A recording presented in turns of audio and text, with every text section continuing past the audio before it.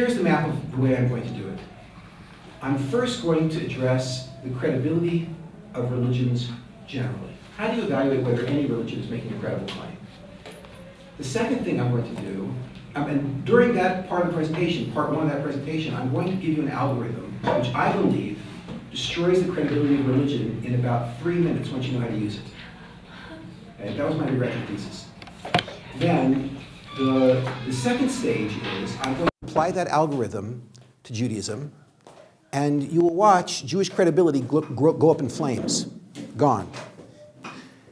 The third step is I'm going to try to rebuild Jewish credibility. And I'm going to do that in 3 stages. So there'll be a 3A, a 3B, and a 3C. And then, I don't think there's going to be time, but if I could get to stage 4, in stage 4, I'm going to drop a bomb, which in one shot will establish Jewish credibility, I think, beyond a shadow of a doubt. If I can't do it with you orally today, I'll at least give you some written materials, because I had a feeling we weren't going to make it. So I'll give you some written materials so you can follow up. Yeah, I can't do all the work here for you. I can just give you a head start. And no one did this work for me. Yeah, when I was on my way in, there was nobody assisting me the way I'm about to assist you. So given the head start I'm about to give you, you should be very satisfied and go do work on your own. Okay, fine. Okay, keep your eye on the bouncing ball.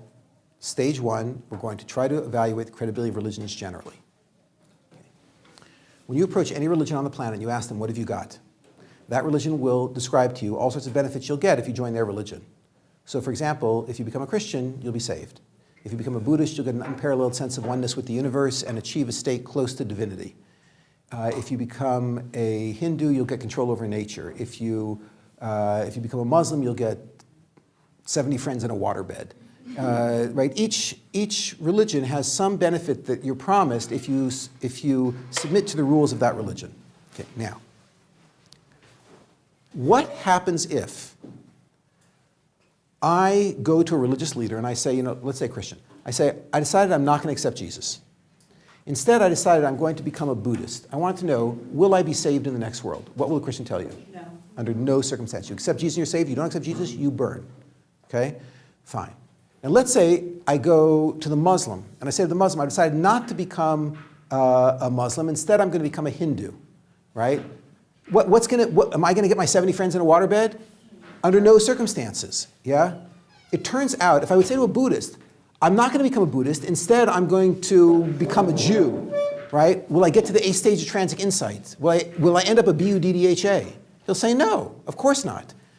Every religion presents its benefits exclusively. That is, you only get those benefits if you submit to the rules of that religion. Clear? Okay, now watch. Once a religion has made the claim of exclusivity, that the only way to get those benefits is by submitting to their rules, they have stepped on to what I would call a credibility trapdoor. And if you want to destroy their credibility, all you have to do is ask these questions and you will see their credibility go up in flames. You say, that's fascinating. The only way for me to get these benefits, let's say Christianity, the only way for me to be saved is to accept Jesus? It must be that technology, that you must accept Jesus, that system, is a secret. Because if it was patently obvious, if it was written in the sky, accept Jesus and be saved, then every religion would accept that. So the fact that you're the only ones who are proposing this means that you got access somehow to secret knowledge, that you must accept Jesus in order to be saved. Where did you get this knowledge? Okay, when you ask that question to any religion on the planet, where did you get this system for achieving these benefits? Every religion on the planet will confess to you something which I dubbed the revelation narrative. The revelation narrative is the story of how the founders of that religion came to possess the system.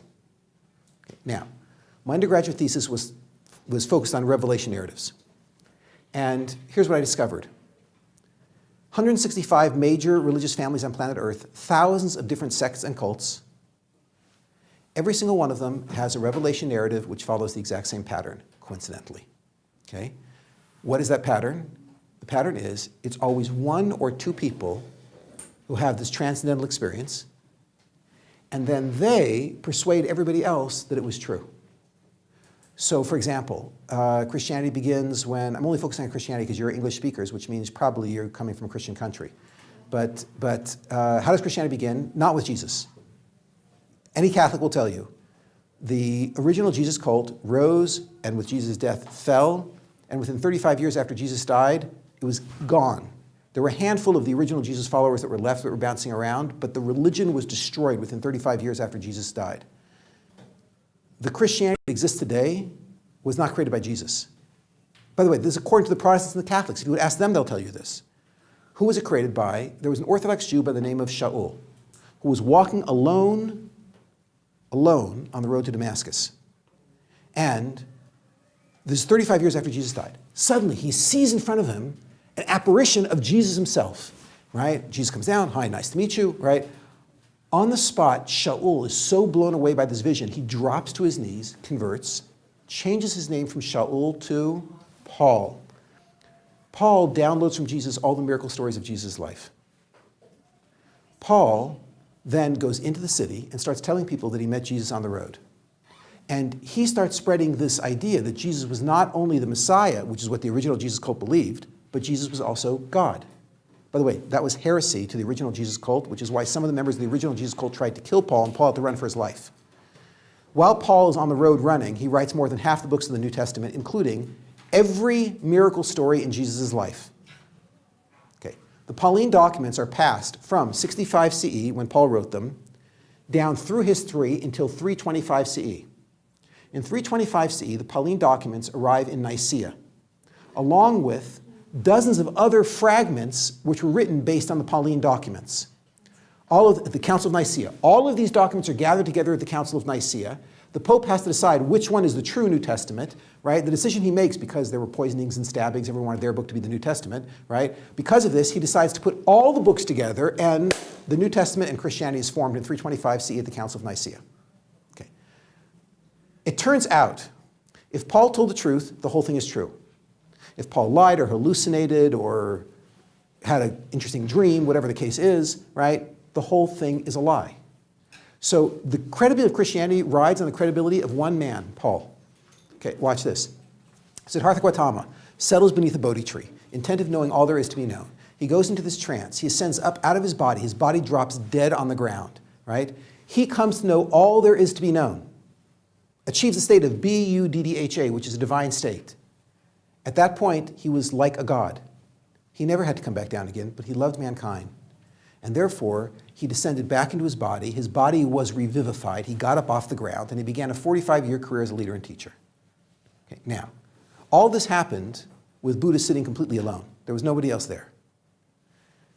It turns out that, by the way, in Buddhist tradition, there are 44 other people who actually did this as well. 44 other people, which is actually, that's very significant. That's a lot of people. That means them plus Siddhartha Gautama, that's 45 people who achieved this. That would actually lend a fair amount of credibility to the story. Were not for one small detail, which is those 44 people never descended again. How do we know there were 44 others? Take a wild guess. He told us when he came back down again. So it turns out you have got a report about a mass event here, but the report is all coming through one guy. So if Siddhartha Gautama told the truth, the whole thing is true. If Siddhartha Gautama told something which is not true, the whole thing is a lie. Islam, you have Muhammad who drops to the ground. He convulses. Everyone agrees to this. He convulses. He gets back up off the ground, and he says he heard voices. And the voices were the voices of God. By the way, it says he only came to realize later the voices were the voices of God. That's what it says in the Quran, right? He then dictates these poems that he heard during these events. And those poems, by the way, he couldn't write. The Muslims will tell you that part of the miracle here is Muhammad was illiterate. And so there was a scribe who wrote all this stuff down. By the way, the Muslims do not know who the scribe was. But secular scholars observe that the only people who were in that region of the world who were literate at that time were the Jews. So the odds are that a Jew wrote the Quran. Yeah, in case you wonder if the Jews are responsible for all the world's troubles, yes. So the book is formed, the Quran is formed by gathering these surahs, these poems together that were written by this scribe. It turns out, if Muhammad told the truth, the whole thing is true. If Muhammad lied, the whole thing is a lie. You named the Mormons. We almost had a U.S. president who was a Mormon, right? How does the Mormon religion begin? You have Joseph Smith Jr. is hiking alone, where he discovers golden tablets which were written in Reformed Egyptian, which, by the way, is a language not known to modern man. Now, buried next to those golden tablets was a dictionary which translated from Reformed Egyptian to modern English. Thank God. And that enabled him to translate the tablets. When he was done with the translation, he then destroyed the tablets, of course, because who needs golden tablets anyways, right? And then he took the translation, brought it back to mankind, presented it to people. That was the Book of Mormon. Later, he and his best friend, Oliver Cowdery, had more revelations. That they recorded in the Doctrines and Covenants. Those are two holy books of the Mormon religion, and the religion is up and running. If Oliver Cowdery and Joseph Smith Jr. told the truth, the whole thing is true. If they lie, the whole thing is a lie. Every religion on the planet starts when one or two people have a revelation and persuade everyone else to follow. Now, that is the end of section 1. What I just gave you, Scientology, another example. L. Ron Hubbard does astral travel, loses power, crashes into a desert island, breaks his back, but happens to have a tape recorder right there to record everything he learned, which you can buy for a fortune in Scientology. Yeah, right? All these religions are the same. They all have the same revelation narrative happening. And I concluded one of two things. If you're calm and rational and you keep your feet on the ground, you either have to conclude that these religions are all true, and why is it that it's always revealed to one or two people? God is shy. Or the other possibility is that the ability to maintain a conspiracy is inversely proportional to the number of people involved. So even though there might have been religions that started when 5 people or 10 people lied and launched a cult, but you've never heard of those religions because they last from noon to 1. They disappear. Anything that's actually recorded in history has got to be only 1 or 2 people, because 1 or 2 people could actually keep a secret. Yeah, it's possible to keep a secret. Even though most cults that are started crash, but those that survive tend to be the ones that are launched by only 1 or 2 people. Okay. Now, just to summarize section 1, you want to destroy the credibility of religion, say to them, tell me something, how did the religion start? They'll tell you a story about 1 or 2 people, and finished. No credibility left. Okay. By the way, just so you understand how we understand credibility, if I told you I was going to be late for this lecture, I live all the way on the other side of Harnof. And so I had no choice. I went up to my roof, and I don't like to do this, but I popped a wing out from behind each shoulder blade, and I flew here. And I landed on the Neve roof. So that's not a highly credible claim. If I say, no, but she was there and she saw it, yeah? So that's also not a highly credible claim. But if I tell you, all of the people on this side of the room, they all witnessed, right, my landing, I'm approaching credibility, because what are the chances that every single one of them would conspire with me and no one would spill the beans? Therefore, when I see a religion that always starts with 1 or 2 people, it raises a question in my mind. Okay. Now, end of part 1, moving to part 2. Jewish credibility. You open up the Torah and you start to read, and it says, God spoke to Abraham. Sure. Do you see what's going on here? 1 person. 1 person. A generation later, God speaks to 1 person, Isaac. Yeah? A generation later to Isaac's son, Jacob, family business. It looks very bad. So if you point this out to an Orthodox Jew, they'll say, no, you're reading the wrong part of the book. Yeah. Right? If you flip forward, they say, look here. And you get up to the Exodus. The Exodus, you have 3 million Jews who walk out of Egypt. They arrive at the base of Mount Sinai, right? There, God speaks. And every single man, woman, and child, 3 million people, hear God say, I'm the Lord your God. You should have no other gods before me. Moshe, come up to the top of the mountain. I'm going to give you the rest of the Torah. And the Orthodox Jew says, see, that's impressive. 3 million people all heard this. What are the chances that 3 million people would conspire? 1 over 2 to the 3 million. It's a very, very small number. Yeah? Therefore, the odds are this religion is really true. Now, if you try that in a university classroom, they will laugh you out of the room, because the professor's going to say to you, really? 3 million people heard God speak? Tell me something. How do you know that? And you'll say, well, it says so in the Torah. At which point the professor's going to say, yeah, and who wrote the Torah? At which point you'll say, Moses? Which already sounds bad. But the professor's going to say it wasn't Moses. It was J, E, P, and D. J is the Jahwist. That was a writer who was associated with a religion that worshipped a god called Yahweh. That's actually the wrong pronunciation of it. That's not how you pronounce it at all, right? But they were members of this Yahweh cult, yeah? And he wrote about his religion. There was another writer, E, the Elokist. The Elokist was in a different religion where they worshipped Elohim. There was another guy from a different religion where they were very involved in priestly things. That was the P writer. And then there was a 4th writer, D, the Deuteronomist, who wrote a book which is not the same style at all as the first three. So you see, you have 4 completely separate religions here with 4 separate documents. All 4 of these documents fell into the hands of R, the redactor. The redactor took these documents, wove them all together in such a way that we can't tease them apart anymore, so we don't know who wrote what, and produced a book called the 5 Books of Moses. Yeah? This book, the redactor then sold to a group of people. They bought the lie, and the religion is up and running. So it turns out, your professor is going to tell you, that you don't have a report of 3 million people witnessing something. You have the Buddhist model. One guy, R the redactor, who tells you that 3 million people experienced something. But there were no 3 million people. It was a story. It was a mythology that was put together. Okay, now at this point, no counter-argument, only technical questions. Yeah? What if they felt threatened to have to, if you would have told that half of the room that you grew wings and jumped off your roof, and you said, to pass on the supposedly true statement, what if you promised them, I don't know, $1 million, or you said, I'd kill you if you don't say it, if you don't, So you're asking like this, maybe you could get large groups of people to cooperate in the formation of mythologies if you provided proper incentive. It's a very interesting theory, but you always have to check theories against the data. And the data here is, we don't have religions that start with more than 1 or 2 people. So therefore, you have to ask why. In other words, what you're doing is you're taking a theory and running with it without data. I'm starting from the other side. I'm starting with the data. All religions start with 1 or 2 people. Now you go and explain that. Why is that? So what you're saying doesn't help explain that. The opposite, what you're saying actually contradicts the data. So therefore you say, okay, I guess that wouldn't work. Because the data indicates, in other words, how do I know that if a person jumps out the 30th story of a building that he probably won't fly? Because every time someone tries it, they fall. So too here, it's unlikely that you'll actually be able to persuade 30 people to maintain a conspiracy forever and never spill the beans. How do I know? I derive this aspect of human psychology from the empirical data over thousands of years. We don't have religions like that. It means you can't start such a lie. Good, okay. Now, hold off on counter-argument for the moment, because I probably will cover everything. Right now, only ask if something is very unclear, right, or even slightly unclear. Okay.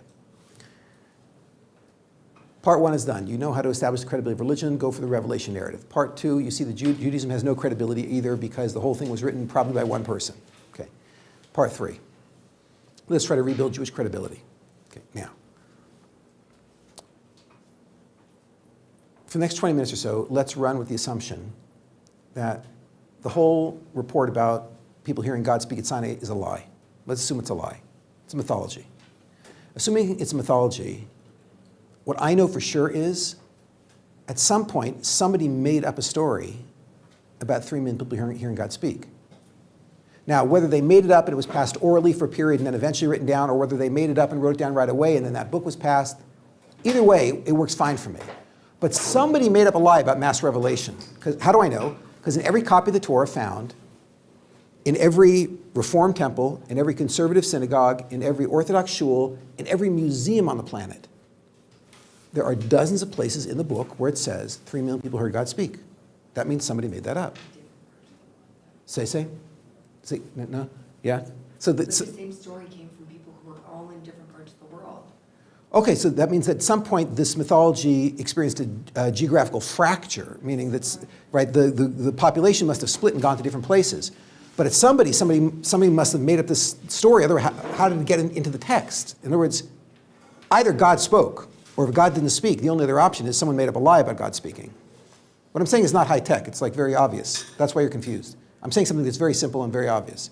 If God didn't speak, someone made up a story. Okay, now watch. Here, tighten your seatbelt. Make sure that you're clear on this. The original lie I would like to propose had to take one of 3 forms. And it could have only taken 3 forms. The original lie about mass revelation either had to take the form of a past lie, a present lie, or a future lie. And I'll explain that each of those 3 words, past, present, or future, refer to which generation did the charismatic cult leader claim heard God speak. Now, I'll make that very, very clear, like this. Let's go back to the moment when the original lie is being started. I'm going to be the charismatic cult leader. It could have been one person, could have been a group of people, doesn't make a difference, right? you guys are going to play the role of the wild-eyed cult followers who are going to go for this. I come to you and I say to you one of three things. Start with the simplest model. The simplest model is present. I say, you, the present generation in front of me, all heard God speak. You heard him say these words, I'm the Lord your God, you have no other gods before me. Moshe, Moshe, come up to the mountain. I went up on the mountain, I got the Torah, I brought it down, and I gave it to the Jews, right? And you are so persuaded by my charisma that you all cried in unity, right? Amen. And the religion's up and running. Okay, now, this is called the present lie because in this lie, the charismatic cult leader says, which generation heard God speak?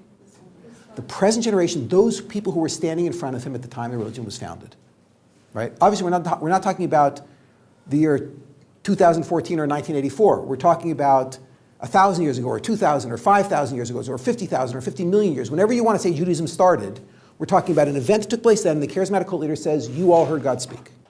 That's very simple, present model. Okay, now, step over here for a minute. Slightly more complex, past model. In the past model, the charismatic cult leader comes to a group of people and he says to them, you heard nothing. For God never spoke to you. It was long ago at the foot of a great mountain, Sinai. All the Jews were in camp there. Moses was there. God came down on the mountain. God said, I'm the Lord your God. You should have no other gods before me. Moshe, Moshe, come up to the top of the mountain. Moses went up on the mountain, got the Torah, brought it down, and he gave it to all of your ancestors. They all became Orthodox Jews. They all kept Jewish law.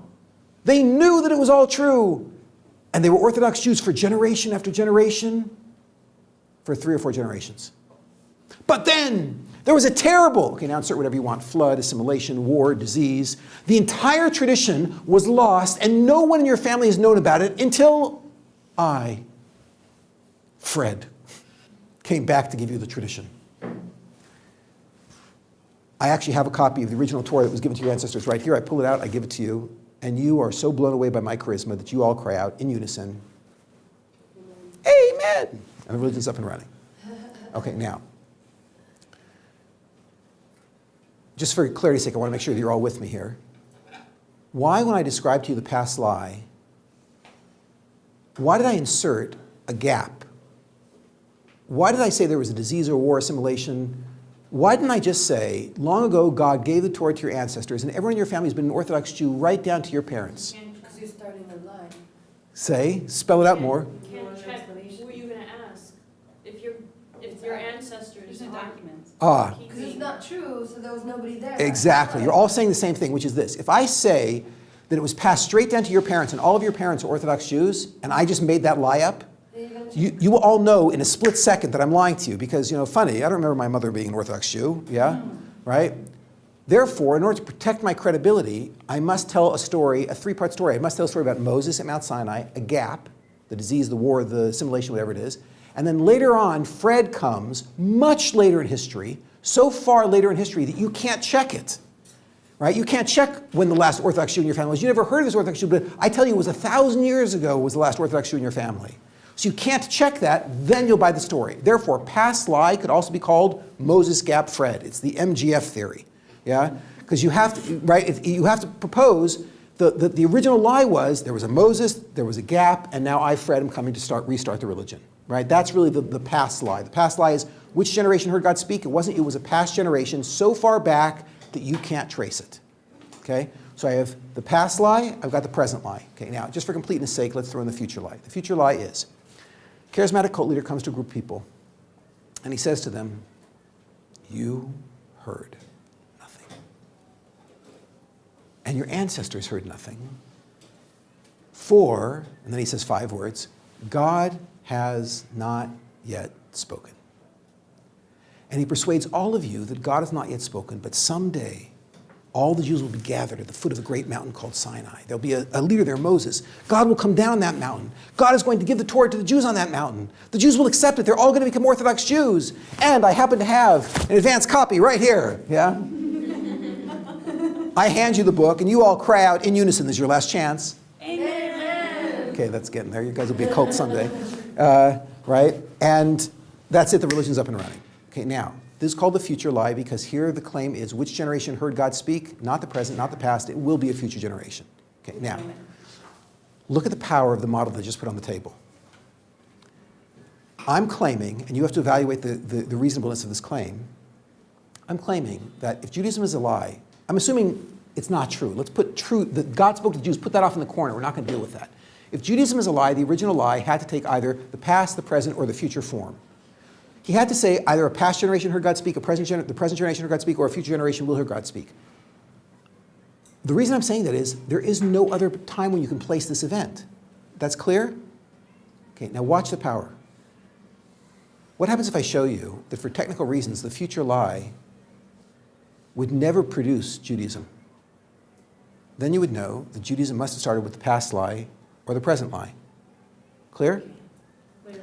What happens if I show you that the past lie and the present lie could never produce Judaism? In the future. Then you know it would have to be the future. What happens if I would show you that the past, the present, the future lies could never produce Judaism? You have to believe it. Oh, so let's not go there. That's exactly what I'm trying to avoid. Yeah? Okay, watch what happens. Now we're in 3. I'm going to do A, B, and C with you. 3A, I'm going to show you a small problem with future. 3B, I'm going to show you a small problem with present. 3C, I'm going to show you a small problem with past.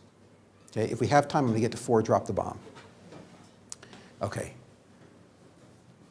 3A. Let's start by attacking future. It's the easiest one to take out. Here's how I'm going to take it out. I'm going to tell you exactly what I'm doing so you will not get lost. I'm going to show you a weakness in future by showing you a relative strength in the present and the past theories. When I show you the strength of present and past, that will sensitize you. It'll help you see things in a certain way, and right away you'll notice what the weakness in future is. Okay, so here we go. My rule is you are not allowed to draw conclusions without evidence.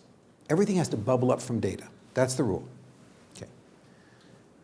There is a piece of data which everybody involved in this discussion agrees to, and that is there is a group of people on planet Earth today who believe with all their heart and soul that they are descendants of prophets who stood at Mount Sinai. These people are called Orthodox Jews. They're out there. I know it. I've met them. Okay, now, we also know, as a matter of fact, this is not the first generation of Orthodox Jews. If you'll come with me down to the Israel Museum, right, 10 minutes from here, so I can show you behind glass documents which testify to the existence of Orthodox Jews 100 years ago, and 500 years ago, and 1,000 years ago, and 2,000 years ago. Right? These people have been around for at least 2,000 years. Okay, now here's what you're looking at. You've got a sociological phenomenon. You've got generation after generation after generation in a complete chain going down for 2,000 years. That is a fact. All these people believe in this mythology about mass revelation.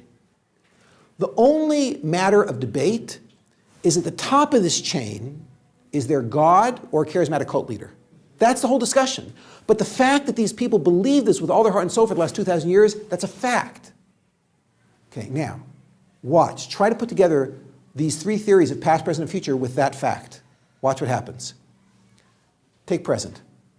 Present theory, charismatic cult leader comes to a group of people and says to them, you all heard God speak. If I'm incredibly charismatic and you are really wild-eyed, gullible slaves who buy this whole thing, and I persuade you that you heard God speak, what do you tell your kids? I heard God speak. Exactly. I heard God speak. What do your kids tell their kids? My mother heard God speak, right? Or my grandmother heard God speak. And what do the kids tell their kids? My great-grandmother heard God speak. And you'll end up with generation after generation saying, my ancestors heard God speak. Does that match the sociological phenomenon I'm looking at? Think for a minute. Think again. What do I have? I have the sociological phenomenon is I've got 2,000 years of people saying generation after generation, my ancestors heard God speak. If I put the present lie at the top of that chain, would I produce that chain? Yeah. Sure.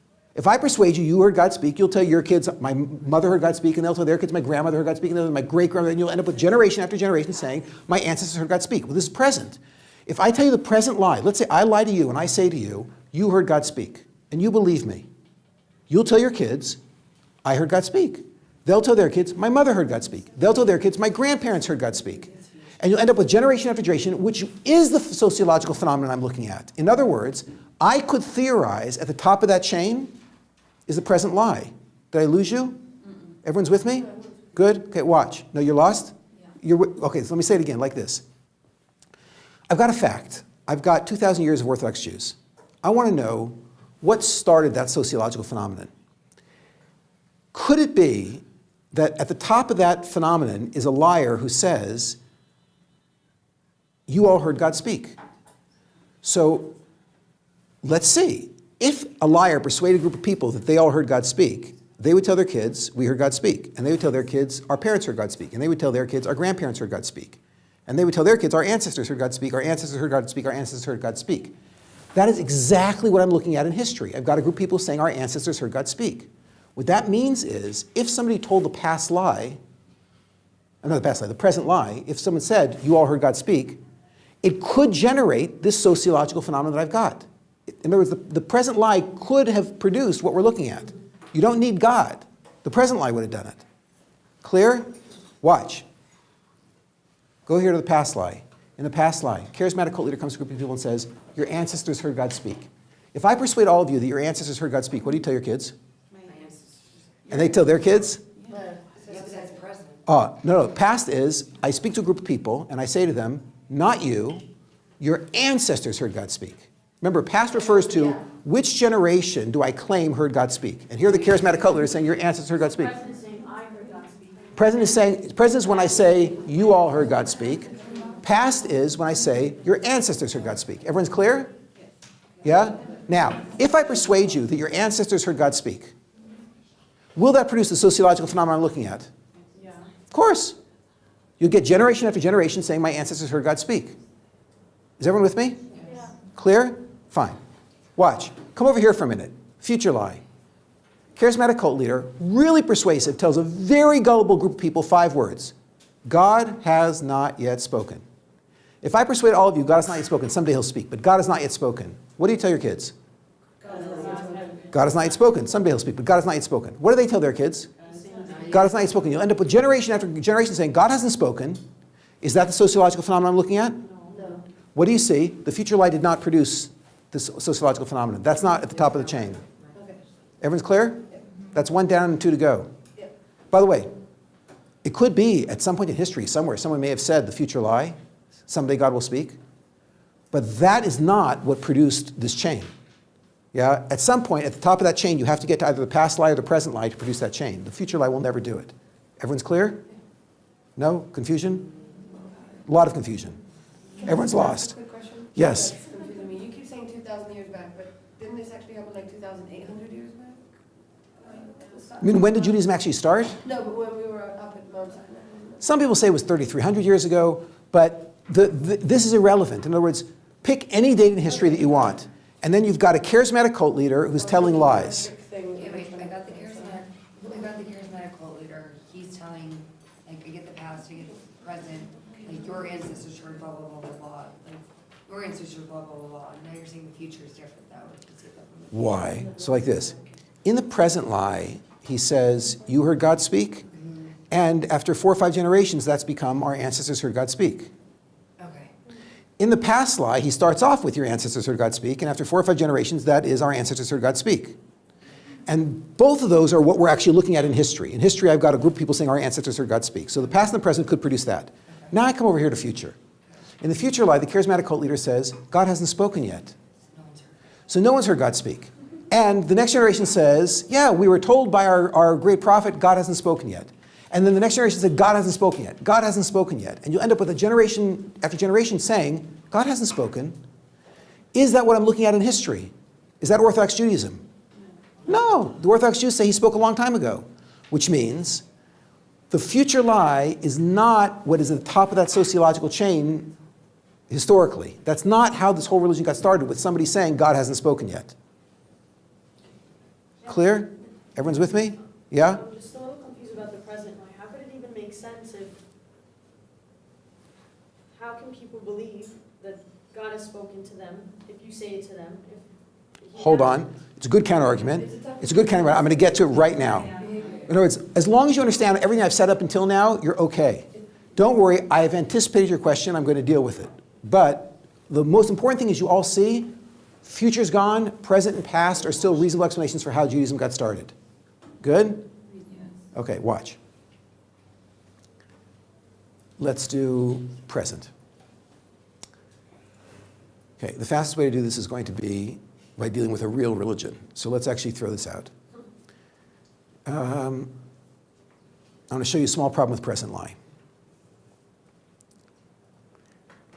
There was a charismatic cult leader by the name of Marshall Applewhite. Applewhite developed a cult in Rancho Santa Fe, California, very wealthy community, very successful people live there. He persuaded there 40 people that there's a better place that everyone can go to, a place called heaven, and the only way to get to heaven is to pass through Heaven's Gate. If you want to pass through Heaven's Gate, he explained to people, you must be wearing black Nike tennis shoes. 40 people started wearing black Nike tennis shoes 24/7. They bought this lie. Okay. I'm editorializing. I think it was a lie. Yeah, it's a true story. This is a true story. Applewhite milked these people for a tremendous amount of money, bought a mansion in Rancho Santa Fe, invited the whole group to the mansion, and at this mansion, he explained that the men are going to have a much more difficult time passing through Heaven's Gate than the women because there's a particular piece of male anatomy you cannot possess when you pass through Heaven's Gate. He then passed out bottles of chloroseptic spray, which is a really neat green spray. You use it on a sore throat. It's a topical anesthetic, kills the pain instantly. And he passed out to all the guys X-Acto blades. And then it's a very sharp knife. And then on video, the men in the Heaven's Gate group proclaimed their faith in Marshall Applewhite and then performed what was called minor surgery. Yeah, they sewed themselves up with tooth floss. By the way, Marshall Applewhite did not castrate himself because he said he had to wait till later, which I completely understand. Yeah, okay, fine. Time went by. He called another meeting of the group. 38 out of the 40 members made it to that meeting. 2 people were physically prevented from getting there, but 38 members made it there. At the meeting, he explained, tonight is the night we're going to ascend into the spaceship, which is taking us to heaven. And if you want to ascend into the spaceship, all you have to do is take this lethal dose of phenobarbital, and after you pop the pills, just tie a hefty plastic trash bag over your head and around your neck, and you will ascend. Then, 38 members of the Heaven's Gate cult proclaimed their faith in Marshall Applewhite, popped the pills, laid down, and died. Okay, now, what you have here is by the way, everybody in the Heaven's Gate cult had a bachelor's degree or higher. You're talking about people who, there was not a single member of the Heaven's Gate cult who had been to therapy. They'd never been to a psychiatrist or psychologist. You're talking about, and the families of these people said that their relative was completely sane until they fell into this cult and became a raving lunatic. So what you're talking about is a highly rational, financially successful, intelligent, well-schooled group of individuals who fall into a cult and lose their marbles. They go crazy. Which smashes the perception that most of us have that people who join cults are sick or dumb. Yeah? By the way, if you just pay attention to the news, you'll realize that people that these cults are going after are not sick and dumb. They're not trying to pick up sick and dumb people. They want people who have resources.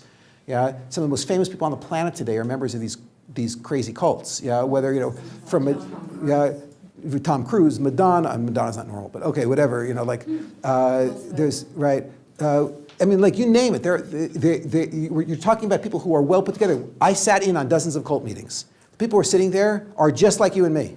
There's no difference. Okay, now,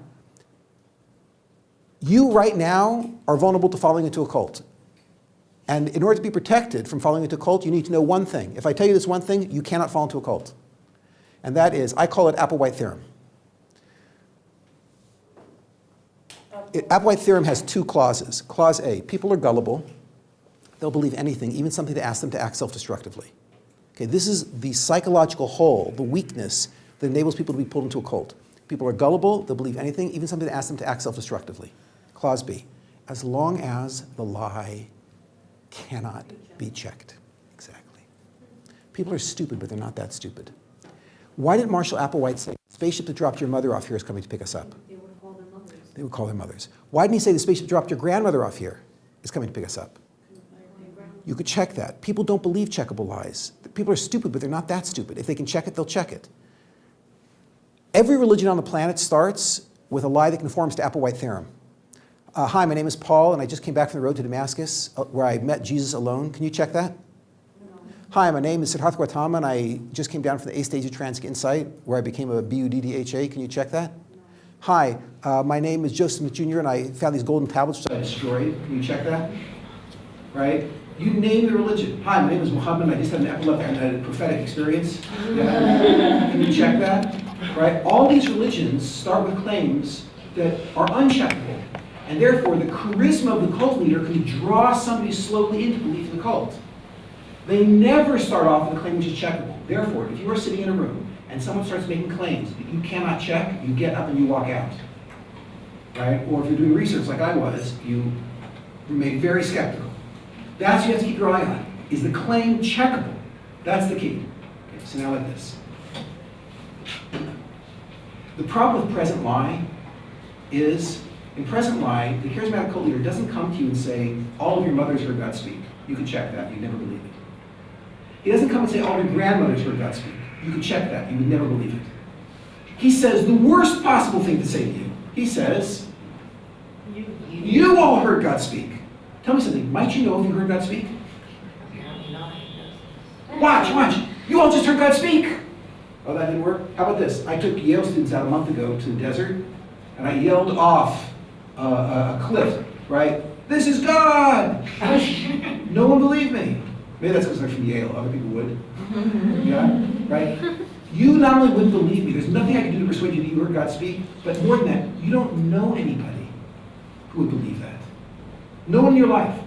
In order to believe that that's how this whole thing started, you have to propose that in the old days, people were really dumb. Okay? Now, I've met one man in my life who believed in present lie, that that's how Judaism got started. He was the former head of the Reconstructionist rabbinical movement in America. And the man said in front of 80 students, in the college program, the summer program, he said in front of them, he believes in present theory. And I said, how can you believe in present theory? What about this problem, Applewhite theory? People are dumb, but they're not that dumb. No one's going to believe that. So he said to me, I'll tell you how it happened. I said, pray, do tell. So he says, here's what happened. Isn't it true that Abraham went to sacrifice his favorite son, Isaac? So I said, okay, that's what it says in the Torah, so what? So he said, would any psychologically normal person try to kill his favorite son? Obviously, Abraham wasn't well. So we keep going. So he says, isn't it true that Isaac, at the time the sacrifice was an adult, calculated, he was 37 years old, Isaac was 37 years old, and he cooperated with his father. He allowed himself to be bound. He stuck out his neck for his father to slice. He said, would any normal person stick out his neck for his father to slice? Obviously, Abraham's developmental disability was passed into Isaac. Had a genetic component. Yeah? Isaac passed this genetic disease into Jacob. Jacob passed this developmental disability into all the tribes. By the time we got to Egypt, it was an entire nation of retarded people. Moses said, you heard God speaking. I said, we heard God speaking. It was up and running. How about that? That's how it happened. So I said, doctor, about you, I believe this theory. Right? But how do you explain that all the other descendants of the only known retarded nation in history win more Nobel Prize per capita than anybody else on the planet? He didn't like my joke. But the point is, you have to propose nation of retarded people in order to believe in present lie. The problem with future lie is the future lie will never produce the sociological phenomena we're looking at. The problem with present lie is people are stupid, but they're not that stupid. No one is going to buy it if you tell them you heard God speak. That leaves past theory. Okay, now, the problem with past theory is very simple. The problem with past theory is as follows. In a past theory, a charismatic cult leader comes to a group of people and says to them, long ago, God spoke to your ancestors. They all became Orthodox Jews. Then there was a terrible disease, flood, war, assimilation. The entire tradition was forgotten for 500, 1,000, 2,000 years. No one has known about Mount Sinai. And I, Fred, am coming to tell you about the tradition because God spoke to me last night and told me. Or God passed it down to my family, whatever the case is. Past theory is Moses gap, Fred. Watch. Let's do a little experiment. Let's say I lie to you, and I tell you, Moses gap Fred, and you believe me. What do you tell the next generation? Moses gap Fred. The next generation hears Moses gap Fred from their parents. What do you tell the next generation? Moses gap Fred, Moses gap Fred, Moses gap Fred. And you'll end up, throughout history, a story about, there was Moses, there was a tremendous disaster where for 500,000, 2,000 years, no one knew about Mount Sinai. And then came the second most important person in ever Jewish history, Fred, who restarted the religion by reminding people about Mount Sinai and giving them back their lost Torah. Okay, now, here's the problem. I ran an interesting experiment. I went to one of the most influential rabbis here in Jerusalem 25 years ago. He's passed away now. He was a very special person. I said to him, tell me something, Rabbi. All this Torah that you're teaching people, where'd you get it? He said, I got it from my teacher. Really? What's his name? He said his name was Rabbi Yerucham Levavitz of Mir. So I said, fascinating. Just a minute. I went and I checked. And I found 4 independent Jewish literary sources which testified to a relationship between the man I was speaking to, his name was Rabbi Shlomo Volba, and the man who he claimed was his teacher, Yerucham Levavitz. I found 4 independent Jewish literary sources saying these 2 people actually knew each other. I went back to him and I said, tell me something. Where did Rabbi Yerucham Levavitz get this Torah? So he says he got it from his teacher. Who was his teacher? Rabbi Simcha Zissel Zayv of Kelemen. I checked 4 sources. I said, and who before him? He said, Rabbi Simcha Zissel, he was a student of Rabbi Israel Lipkin of Salant.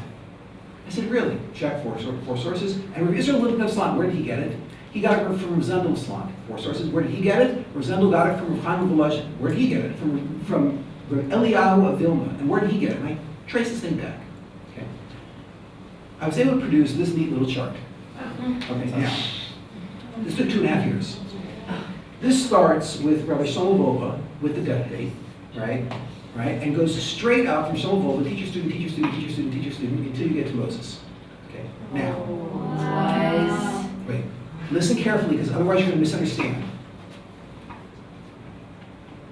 Every name on this list, from Moses down to the end of the Bible, that's Moses to Ezra, I took the Bible's word for. From Ezra forward, right, I had to have 4 independent sources claiming a teacher-student relationship. And I produced this chain going straight down from there. I am not telling you that anything on this sheet is factually accurate. I'm not telling you that. I'm telling you something which is far more powerful. Personally, I think it's accurate. But I don't care. There's something that's far more powerful about this sheet. I confirmed from the names from the Bible, and then all the names after that which are described in Jewish literature. I have all these people's books on my shelf. I have confirmed that this is what Orthodox Jews believe. Okay, you didn't fall off your chair, which means you didn't make the connection. Watch. This is what Orthodox Jews believe, that there was a continuous line without any break going from Moses straight down to me. If the original lie was Moses, Gap, Fred, then somewhere in Jewish history, I should find a story about a terrible gap where for 500 years no one knew anything about Mount Sinai, and then Fred came and restarted religion. Now, what kind of event are we talking about here? Not a small event. Watch. Hitler did a lot of damage. He killed 6 million Jews.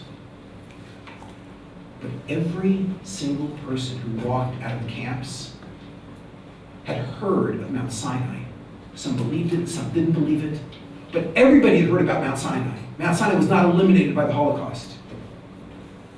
If you want to propose the past lie, Moses, Gad, Fred, the liar would have to have told a lie about a disaster that would have been far bigger than the Holocaust. A giant destruction, so that no one would have known about Mount Sinai for 500 or 1,000 years. And more than that, Moses is clearly the most important player in the Bible. However, the second most important person ever in Jewish history is going to be Fred. Because after the whole thing is destroyed, he restarts it. Okay, now, here's what's odd.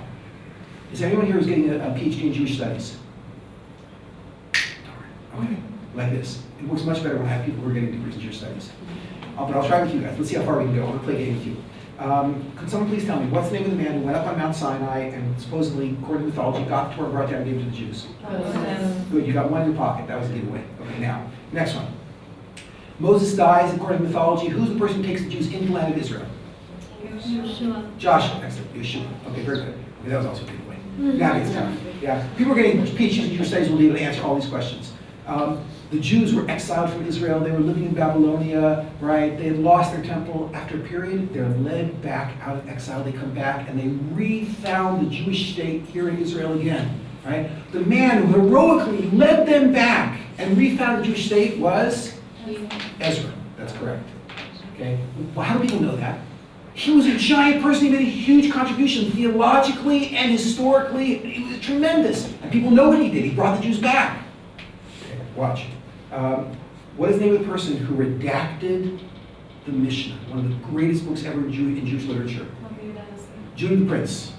That's correct. She could get her PhD in Jewish studies. Okay.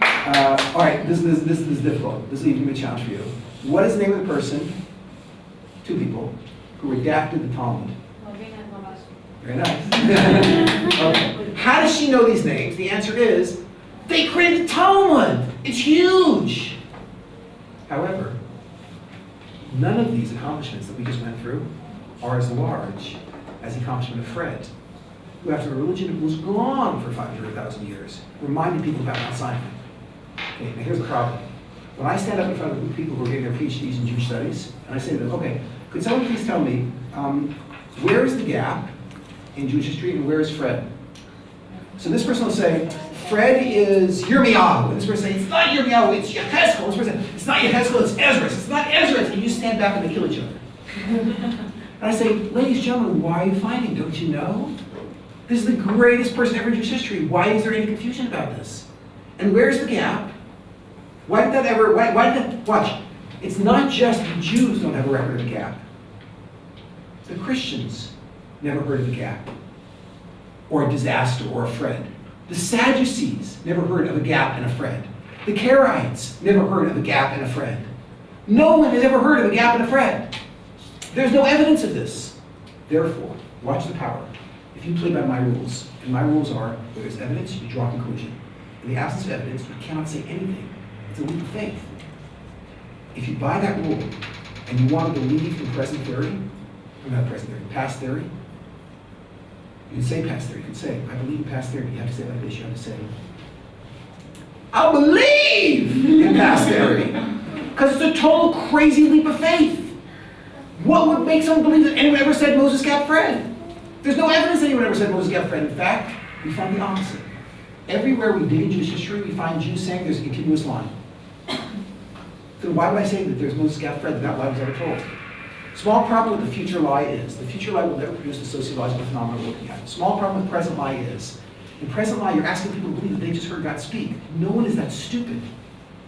In the past lie, a small problem is the original lie is Moses got Fred.